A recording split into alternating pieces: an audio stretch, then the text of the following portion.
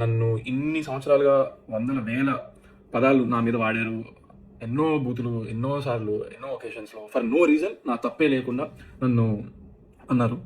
So, అప్పుడు ఏమైంది, నీ సమాజంలో వాడాల్సిన మాటలు, బూతులు నా జోలికి రాకండి, పగిలిపోద్ది వస్తే. I stand by those words. అవి దగ్గరికి వచ్చి చూడు, తెలుస్తుంది. సో అవి తిరిగి రెండు అంటే మెయిన్గా అశోక్ కుమార్ వేముల, నీకు 24 hours టైం ఇస్తున్నా.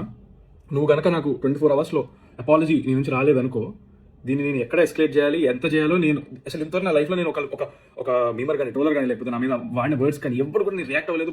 అంటే బాధ ఎక్స్ప్రెస్ చేయలేదు, ఎక్కడ ఏ సింపతి కోరుకోలేదు, లేకపోతే కంప్లైంట్ అనేది కానీ రచ్చగానే ఏం చేయలేదు. ఎందుకంటే ఎవరు ఏమన్నా సరే నన్ను అన్నారు. ఎంతవరకు తీసుకోవాలి అందరూ క్రిటిసిజంగా తీసుకున్నాను అండ్ సరదాగా వదిలేశాను. కానీ దిస్ పర్సన్, నువ్వు మా ఇంట్లో మహిళలను అన్నావు, మా నాన్నగారిని అన్నావు, నాతో వర్క్ చేసిన వాళ్ళు అన్నావు, నేను దేవుడిగా భావించే ప్రొడ్యూసర్లు అన్నావు, అండ్ ఆ రోజు వచ్చిన గెస్టులు అన్నావు, అందరినీ అన్నావు. చాలా నీచంగా, చండాలంగా, అసభ్యకరమైన మాటలు వాడి అన్నావు. ఒక ఫోన్ వీడియో పెట్టేసి డైరెక్ట్గా మాట్లాడా.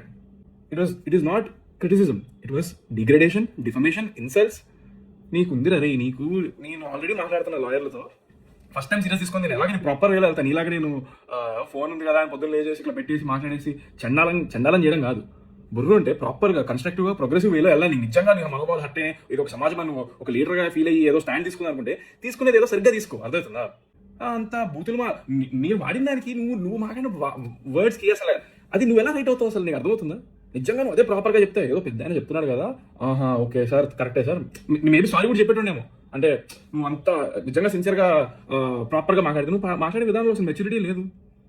అండ్ నా విషయానికి వస్తే నేను ఒకటే, నాకు I want to tell you all, అసలు నేను ఎప్పుడైనా ఏ రోజైనా ఏదైనా తప్పు చేశాను? నాకు సిన్సియర్గా నాకు చేసి ఉంటే కనుక నాకు చెప్పండి. I really want know. నేను ఎంతో మందితో వర్క్ చేశాను. నేను వర్క్ చేశాను ఈ చేసిన 2 moviesలో.